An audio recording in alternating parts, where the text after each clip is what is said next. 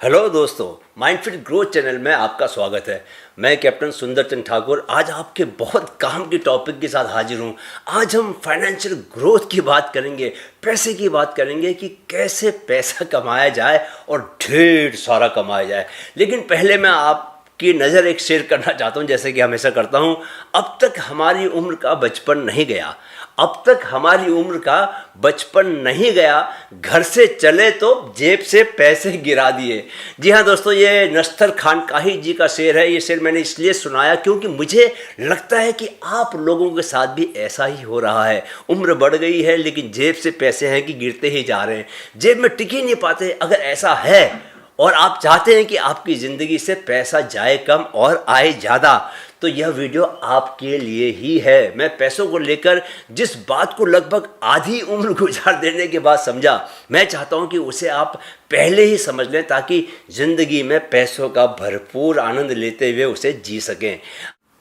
आप अगर पूछेंगे कि क्या पैसों से ही जीवन को खुशियों से भरा जा सकता है, तो मैं तुरंत जवाब दूंगा, पैसा खुशियां तो नहीं खरीद सकता, पर आपके दिमाग से एंजाइटी को ज़रूर दूर भगा सकता है और एंजाइटी के अभाव में ही आप खुश हो सकते हैं। आज हम पैसों को लेकर अपने सोचने के उस ढंग पर बात करेंगे दोस्तों, जो हमें काबिलियत होने के बावजूद हमें ज़्यादा पैसे नहीं कमाने देता।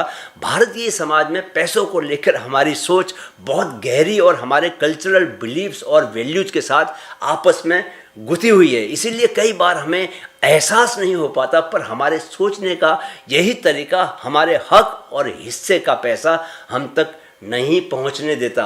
आज मैं आपकी सोच में फंसी हुई इन रुकावटों को, इन ब्लॉकेजेस को दूर करने वाला हूं। हैरान ना हो अगर वीडियो के अंत तक पहुंचते पहुंचते आप खुद को बहुत हल्का महसूस करने लगें, क्योंकि मैं पैसों को लेकर आपके सर से सारा बोझ उठाकर उसे दूर करने वाला हूं, आपके सारे ब्लॉकेजेस हटाने वाला हूं। तो चलिए मेरे साथ फाइनेंशियल एबंडेंस की राह पर और जानिए कि आपने पैसों को लेकर अपने सोच के ढंग में क्या क्या बदलाव करने हैं। लेकिन इस यात्रा पर निकलने से पहले मैं आपको फाइनेंशियल ग्रोथ की 7 स्टेजेस के बारे में बताना चाहता हूं, ताकि आप जान सकें कि अभी आप किस स्टेज पर हैं और कैसे आने वाले सालों में आप अपनी मौजूदा स्टेज से बाहर निकलकर ऊपर की स्टेजेस की ओर जाना शुरू कर सकते हैं। Right, 7 stages of financial growth. First stage, dependent. आप डिपेंडेंट तब होते हैं दोस्तों जबकि आप कुछ नहीं कमा रहे होते या जितना आपका खर्च है उससे कम कमा रहे होते हैं। जैसे आप अभी अगर स्टूडेंट हैं तो अपने खर्चों के लिए अपने माता पिता या किसी दूसरे पर डिपेंडेंट हो सकते हैं।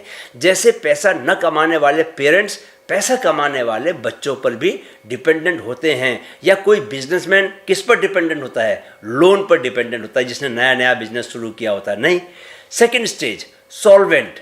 इस स्टेज में आपके खर्चे आपकी आमदनी से के बराबर हो जाते हैं। आप अपने खर्चों के लिए दूसरों पर निर्भर नहीं रहते, अपने सभी बिलों का भुगतान आप खुद ही कर देते हैं। लेकिन इस स्टेज में आपका जो इन्वेस्टमेंट होता है वो ज़ीरो होता है, क्योंकि पैसा बचता ही नहीं, जितना आता है चला जाता है। ये समझ लें कि ज़रूरी नहीं कि कम पैसा कमाने वाला ही इस स्टेज में रहे। अगर आप साल भर में 3 लाख रुपया कमाते हैं और उतना ही खर्च कर देते हैं तो आप इस सॉल्वेंट स्टेज में ही माने जाएंगे। लेकिन कोई अगर साल भर में 1 करोड़ रुपया कमाता है और 1 करोड़ ही खर्च कर देता है तो वो भी कोई आपसे आगे नहीं है, वो भी इसी स्टेज में है, सॉल्वेंट स्टेज में। राइट। तीसरी स्टेज, स्टेबल। इस स्टेज में, तीसरे स्टेज में पहुंचकर आपकी जो सेविंग है वो शुरू हो जाती है, यानी अब आप अपने खर्च से ज़्यादा कमाना शुरू कर देते हैं। हालांकि अभी यह जो सेविंग है यह ज़्यादा नहीं होती, लेकिन अपने खर्च के बिलों का भुगतान करने के बाद भी आपकी आमदनी से थोड़ा सा पैसा बच जरूर जाता है, जिसकी आप क्या करते हैं, एफडी कर देते हैं या आरडी कर देते हैं या एसआईपी सिस्टमेटिक इन्वेस्टमेंट प्लान ले लेते हैं आप, है ना। तो तीसरी स्टेज है। चौथी स्टेज, सिक्योरिटी। अब आपकी आमदनी सही में बढ़नी शुरू हो जाती है। अब आपके पास सेविंग के रूप में ठीक ठाक पैसा बचने लगता है। इस स्टेज में आप अपने पैसों से पैसा कमाने का खेल शुरू कर देते हैं। गजब का खेल है ये। आप अब कंपाउंड इंटरेस्ट के जादू का कमाल देख सकते हैं। इस स्टेज तक आने वाले लोग ही मिडिल क्लास में गिने जाते हैं। इससे ऊपर कौन सी क्लास शुरू होती है? Upper class. तो पांचवी स्टेज क्या है? Fifth stage, independence. इस स्टेज में आते आते आप अपने इन्वेस्टमेंट पर सॉलिड लॉन्ग टर्म रिटर्न्स लेने लगते हैं। आपके इन्वेस्टमेंट पर जितना रिटर्न मिलता है उतने से ही आपका अपनी लाइफस्टाइल और रोजमर्रा की जो आप जिंदगी जीते हैं उसके खर्चे सारे निकल जाते हैं। चूंकि आपको इन्वेस्टमेंट पर रिटर्न मिलने लगता है इसलिए आपकी इनकम के सोर्स डबल हो जाते हैं। पहला आपकी सैलरी या बिजनेस और दूसरा return on investment, right. Sixth stage, freedom. इस स्टेज में आकर आप इनकम को लेकर चिंता करना बंद कर देते हैं, इसीलिए इसको फ्रीडम की स्टेज कहते हैं। अब आप अपना मनचाहा काम करने से पहले पैसों के बारे में नहीं सोचते, जो चाहते हैं वो करते हैं, क्योंकि आपके पास इफरात में पैसा आ जाता है, बहुत सारा पैसा आ जाता है। आपकी 3 से 4 सोर्सेस से इनकम आ रही होती है। 2 साल के जीवन के खर्च से ज़्यादा आपके पास पैसा हमेशा बना रहता है। आप यहाँ पहुँचकर इनकम को टाइम और जगह से अलग कर देते हो, सेपरेट कर देते हो। यानी अब आपको पैसा कमाने के लिए डॉक्टरों की तरह किसी खास समय पर और किसी खास जगह पर नहीं पहुँचना पड़ता, आपके पास आता रहता है पैसा। डॉक्टर ऐसे ही तो पैसा कमाते हैं, हर दिन 3 से 4 क्लिनिक अलग अलग समय पर। आप इस तरह पैसा कमाने से हमेशा के लिए मुक्त हो जाते हैं, right. 7th and final stage, abundance. अब आपके पास $500 मिलियन यानी कि 40 करोड़ रुपए तक बैंक बैलेंस रहने लगता है। आप मनी सक्सेस लेडर के टॉप पर पहुंच जाते हो। यह वह समय होता है दोस्तों जब पैसा आपके दिमाग में नहीं रहता, आपको 7 से 8 सोर्सेस से इनकम मिल रही होती है। आपके पास इतना पैसा होता है कि आप ही नहीं, आपकी 7 पुश्तें, कितनी 7 पुश्तें भी आराम से बैठकर खा सकती हैं। टाटा, बिरला और अंबानी जो हम नाम लेते हैं वो इसी कैटेगरी में आते हैं।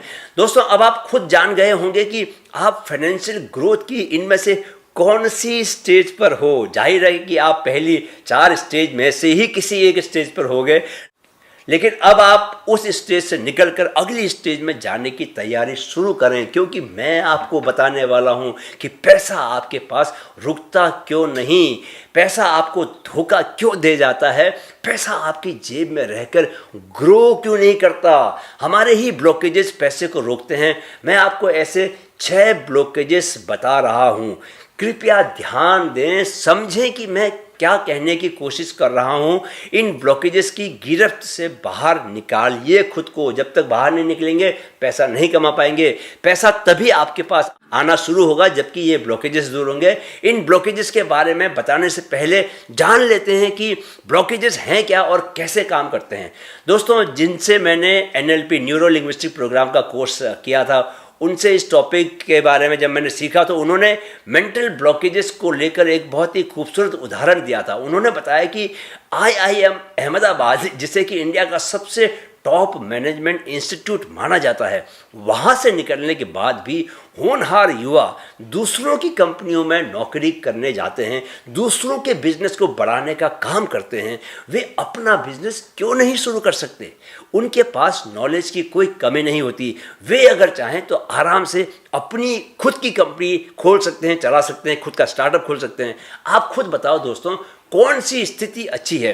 रोज 8 घंटे किसी दूसरे की कंपनी के लिए काम करना ज़्यादा अच्छा है, या कुछ महीने 12 से 14 घंटे तक काम करके अपनी खुद की कंपनी खड़ी कर रोज इतने घंटे काम करने के टंटे से हमेशा के लिए मुक्त हो जाना, कौन सा अच्छा है?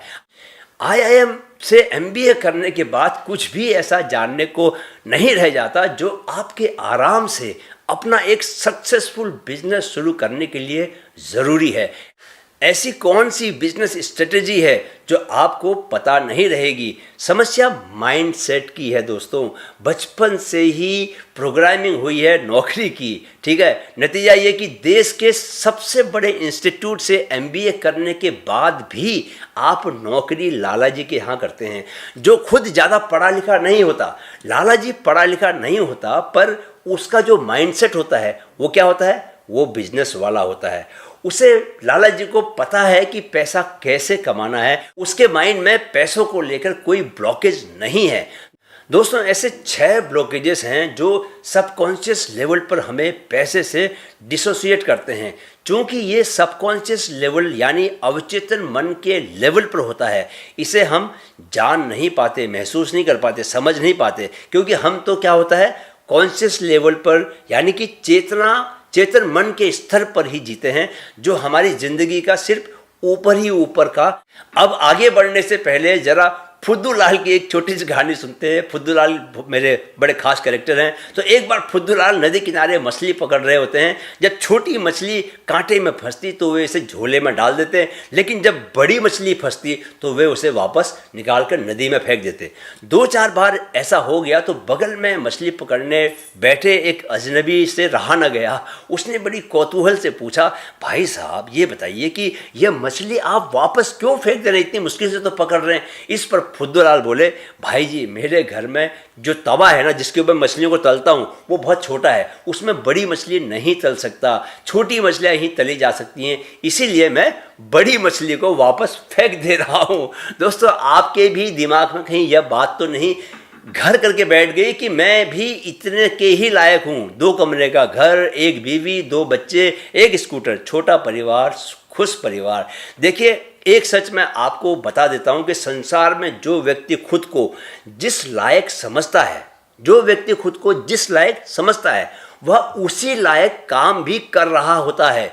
खेतों में किसानों, मजदूरों से लेकर सरकारी दफ्तरों में, स्कूलों में, कॉरपोरेट में, जहां भी आप जिसे भी देखेंगे तो पाएंगे कि जो खुद को जिस लायक समझता है उसे उसी लायक का काम भी मिला होता है। इसमें खूबसूरत बात यह है कि यह जो खुद को जिस लायक समझने वाली बात है ना दोस्तों, यह बदलती रहती है।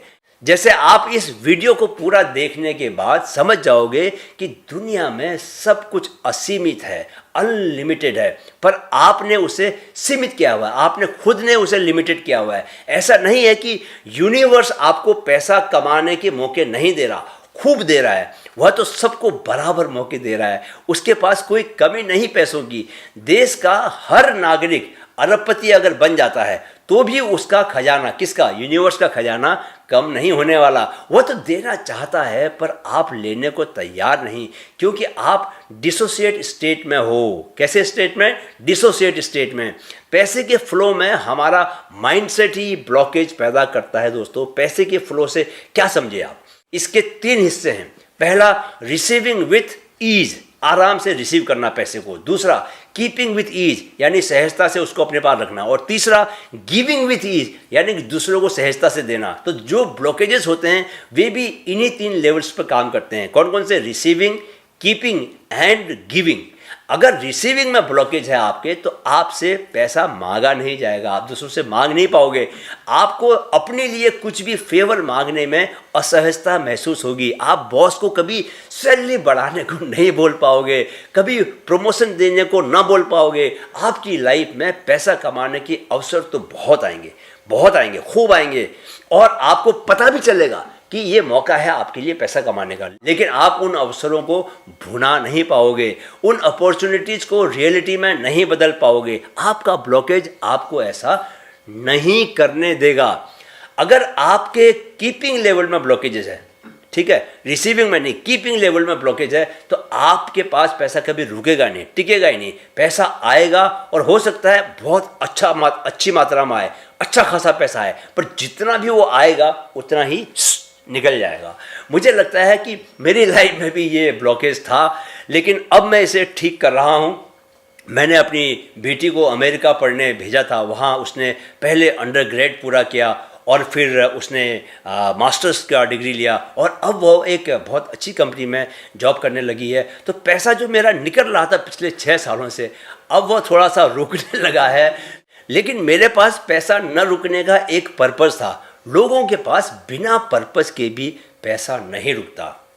दोस्तों ब्लॉकेज अगर गिविंग में है तो आप 1 नंबर के कंजूस बन जाओगे, पैसा बचाओगे, पैसा सेव करोगे, यह जाने बिना कि saving is the best way of getting poor. क्या? Saving is the best way of getting poor. जी हाँ दोस्तों, कड़वा लगेगा लेकिन सच यही है कि only middle class believes in saving और चूंकि वे सेव करते हैं, क्या बचत करते हैं, इसलिए मिडिल क्लास में ही बने रहते हैं, क्योंकि बिना इन्वेस्ट करना सीखे आप अपर क्लास में जा ही नहीं सकते। दोस्तों, पिछले 6 साल मैंने पैसा सेव नहीं किया, उसे इन्वेस्ट किया अपनी बेटी की पढ़ाई पर। याद रखना कि जिस पैसे को आप इन्वेस्ट करते हो, असली रिटर्न वही पैसा देता है आपको। आप जिस पैसे को बैंक के पास जाकर सेव करते हो, बैंक भी उसे तुरंत इन्वेस्ट कर देता है। बैंक क्या करता है, उसको रखता नहीं है, वो इन्वेस्ट करता है। कहाँ बैंक का रिटर्न और कहाँ आपका रिटर्न। इस लिहाज से देखोगे दोस्तों तो एफडी से बड़ा कोई स्कैम नहीं है। सबसे बड़ा स्कैम कौन सा है? एफडी है। अपर क्लास कभी एफडी नहीं करता, वह बैंक में लोन लेकर नया बैंक खड़ा कर देता है, बिजनेस में इन्वेस्ट करता है।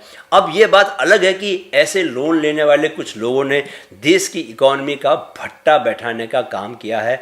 उन्होंने लोन लिया और वापस नहीं किया। एफडी बड़ा स्कैम इसलिए है दोस्तों, क्योंकि जब आप 7% पर एफडी करते हैं, 7% पर फिक्स डिपॉजिट करते हैं, तो 1 साल बाद आपको 1 लाख रुपए पर 7,000 रुपये इंटरेस्ट के मिलते हैं, यानी कि 1,07,000। लेकिन आप यह नहीं देखते कि 1 साल महंगाई कितनी बढ़ी, इन्फ्लेशन कितना बढ़ा। पता चला कि इन्फ्लेशन 8% था, यानी आपकी जो परचेजिंग पावर थी वो 1,000 रुपये कम हो गई। पर इसका आपको पता ही नहीं चलता। आप सोचते रहते हो कि आपने 1 लाख पर 7,000 रुपये कमा लिए, जबकि क्या है, आपने कमाए नहीं है, गंवाए हैं।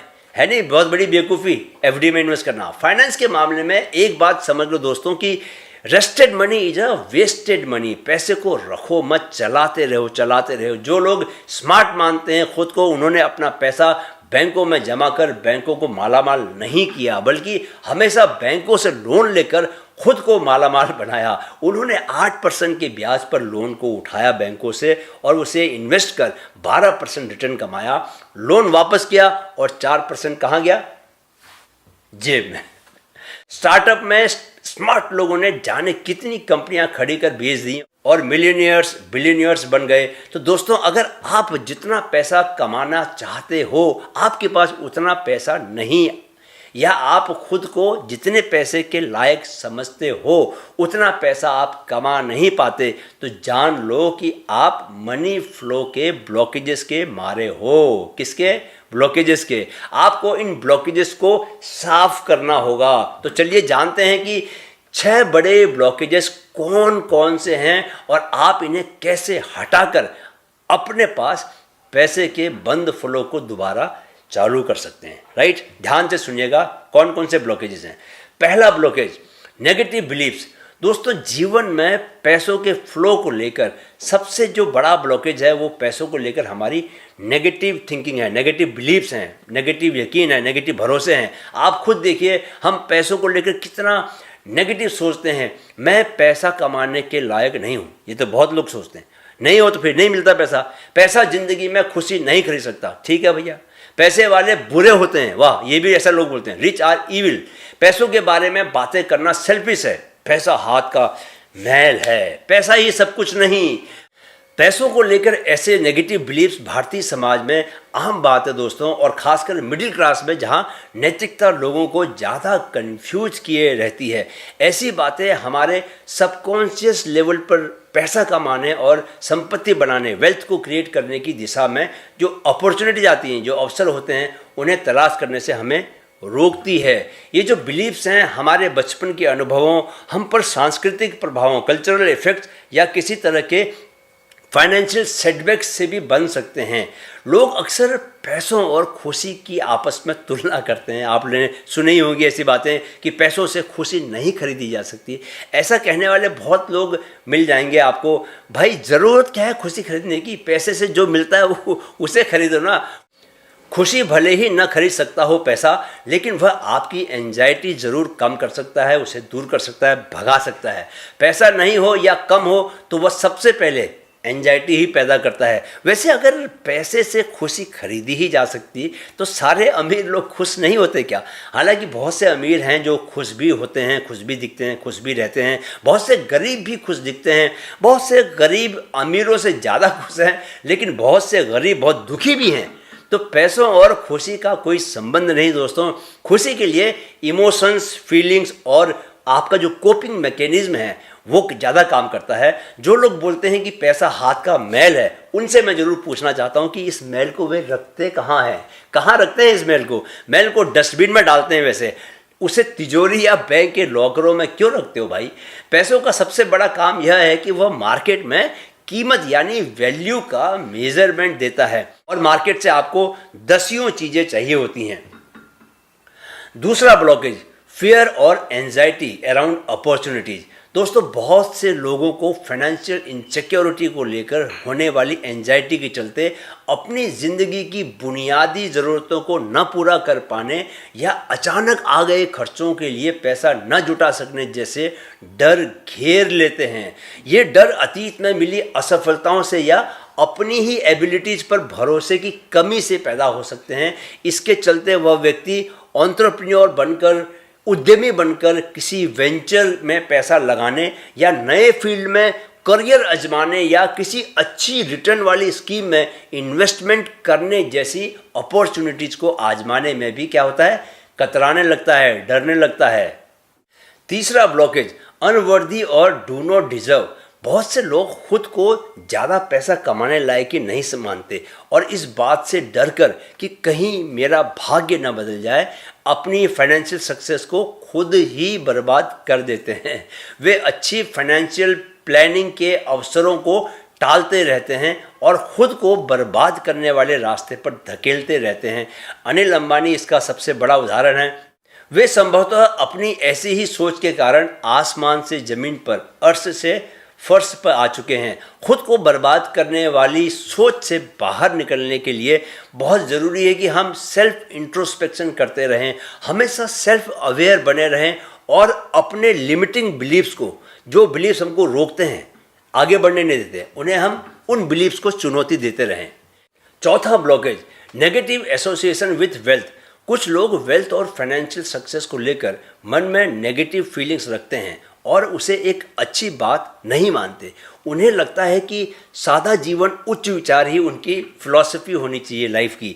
तो ऐसे लोग पैसा कमाने का अवसर अगर मुंह के सामने आ भी जाए, संपत्ति बनाने, वेल्थ क्रिएट करने का उन्हें मौका मिल भी जाए, तो भी वे मुंह मोड़ लेते हैं। वेल्थ को अच्छा न मानने की सोच उनके अवचेतन मन में ऐसे अवरोध, ऐसे बैरियर्स खड़े कर देती है जो उन्हें फाइनेंशियल एबंडेंस के पीछे जाने और अर्निंग अपॉर्चुनिटीज को कैपिटलाइज करने से रोकती है। अपने नज़रिए को बदलकर और वेल्थ को पर्सनल फुलफिलमेंट के लिए एक टूल के रूप में देखकर हम अपने इस ब्लॉकेज से बाहर निकल सकते हैं। पांचवा ब्लॉकेज, ईगो सेल्फ कंट्रोल। दोस्तों, ईगो तो ऐसी चीज़ है जो हमेशा आपका नुकसान ही करता है। ईगो ने आपको पकड़ रखा है तो आप पैसे की कदर नहीं करेंगे। ज़्यादा होगा तो उड़ा देंगे और कम होगा तो ज़्यादा पैसे वाले को गाली देंगे। आपने देखा नहीं कि ईगो से भरे लोग कैसे पूरी ज़िंदगी गरीब बने रहने को तैयार रहते हैं, लेकिन मजाल है कि ज़रूरत के वक्त अपने रईस भाई से भी पैसा ले लें। उल्टा वे घर में ऐसा माहौल बना कर रखते हैं कि रईस भाई चाहते हुए भी उन्हें पैसा नहीं देता, क्योंकि वह जानता है कि पैसे की मदद करने की बात पर भाई बिगड़ जाता है। यही बात सेल्फ कंट्रोल को लेकर भी कही जा सकती है। बिना सेल्फ कंट्रोल के आप सही बिजनेस डिसीजन नहीं ले पाते। ज़्यादा पैसा खर्च करके पूरे फाइनेंशियल प्लान की वाट लगा देते हैं। आपका ईगो इस सेल्फ कंट्रोल को और कम कर देता है। छठा blockage, bad money habits and Parkinson's law. आपकी इनकम जैसे जैसे बढ़ती जाती है दोस्तों, आपकी लाइफस्टाइल भी उसी के मुताबिक बदलती जाती है। लेकिन कई लोगों को ऐसी लाइफस्टाइल की आदत लग जाती है कि उनके खर्च इनकम की चादर के बाहर पैर फैलाने लगते हैं। आप 2 BHK में आराम से रह रहे थे, अचानक आपकी इच्छा जागती है कि आपको 3 BHK में रहना है। अब बढ़ी हुई इनकम का पैसा किस्त चुकाने में गया, राइट। घर में पैसों को लेकर बीवी बच्चों से झगड़े वैसे ही बने रहे। मारुति स्विफ्ट अच्छी चल रही थी पर नई होंडा सिटी चाहिए। पार्किंसन लॉ कहता है कि कोई भी काम उसे पूरा करने के लिए जो टाइम उपलब्ध होता है उस हिसाब से वो काम भी बढ़ता जाता है, राइट। ऐसे ही इनकम बढ़ने के साथ हमारी ज़रूरतें भी बढ़ती जाती हैं, लेकिन यह अनुपात अगर संतुलित नहीं रहा तो हम इनकम बढ़ने के बावजूद पैसों को लेकर हमेशा स्ट्रगल ही करते रहते हैं। इसलिए जितना चादर है उतनी ही पैर फैलाएं। तो दोस्तों, हम अपने वीडियो के अंत तक पहुंच चुके हैं। मुझे यकीन है कि आपने अब यह जान लिया होगा कि फाइनेंशियल ग्रोथ के मामले में आप आज बताई गई 7 स्टेजेस में से कौन सी स्टेज पर हो और आप में कौन कौन से ब्लॉकेजेस काम कर रहे हैं। उन ब्लॉकेजेस से बाहर निकलने की तैयारी करें। आप उन्हें जान गए हैं तो बाहर निकल भी जाएंगे। जानना ज़्यादा ज़रूरी है। अगर आपको लगता है दोस्तों कि यह वीडियो आपके दोस्तों रिश्तेदारों के काम भी आ सकता है तो इसे लाइक और शेयर जरूर करें। मेरे 1 करोड़ युवाओं तक इस चैनल को पहुंचाने के मिशन को पूरा करने में मेरा सहयोग करें और चैनल को सब्सक्राइब करें। आपका सब्सक्राइब का बटन दबाना मेरी किस्मत की रेखाएं बदल देगा। दोस्तों, अगले वीडियो में हम फोकस बढ़ाने के तरीकों पर बात करेंगे। जीवन में सक्सेसफुल होने के लिए सबसे जरूरी है focus power, focus power, focus power. तो देखना ना भूलें अगला वीडियो। हमेशा याद रखें दोस्तों कि ज़िंदगी प्रेजेंट मोमेंट से आप तक पहुंच रही है, इसलिए अतीत और भविष्य में नहीं, वर्तमान क्षण में बने रहकर जीवन का मजा लें। जाने से पहले मेरे साथ कहते हुए जाएं, मन में है तो मुमकिन है, मन में है तो मुमकिन है। नमस्कार।